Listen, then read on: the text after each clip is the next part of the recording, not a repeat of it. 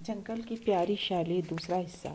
بازار میں داخل ہوتے ہی شالی ٹوکری سے چھلانگ لگا کر زمین پر اترتی۔ بازار میں سبھی لوگ شالی کو پسندیدگی کی نگاہ سے دیکھتے، مگر بچے تو اس کے دیوانے تھے۔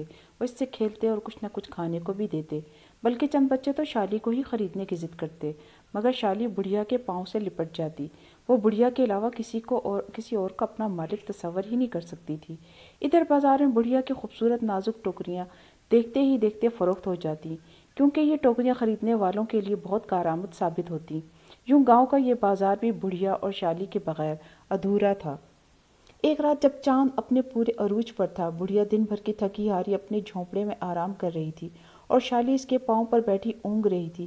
کہیں سے ایک بھوکا بھیڑیا بھٹکتا ہوا جھونپڑے کے دروازے تک آن پہنچا۔ وہ بڑھیا کی غفلت کا فائدہ اٹھا کر شالی کو ہڑپ کرنا چاہتا تھا کہ اچانک بڑھیا نے کروٹ لی اور بھیڑیے کو گھور کے دیکھا۔ اس لمحے بڑھیا کی آنکھیں غصے سے انگارہ ہو رہی تھیں۔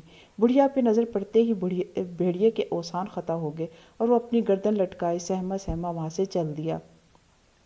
مونسون کی بارشوں کا سلسلہ شروع ہو چکا تھا۔ ایک رات موسم ابر آلود تھا، کسی بھی وقت بارش ہو سکتی تھی۔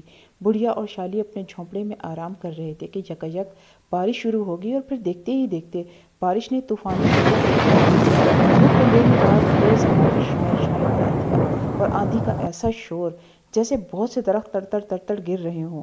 آج بڑھیا کی جھونپڑی بھی طوفان سے لرز رہی تھی۔ پھر نہ جانے کب بڑھیا کی آنکھ لگ گئی۔ آنے والی صبح بہت مختلف تھی۔ آنکھ کھلی تو بڑھیا نے خود کو اپنے جھونپڑے کے ملبے تلے پایا، چنانچہ اس نے اپنی مدد آپ کے تحت خود کو گھسیٹ کر ملبے سے نکالا۔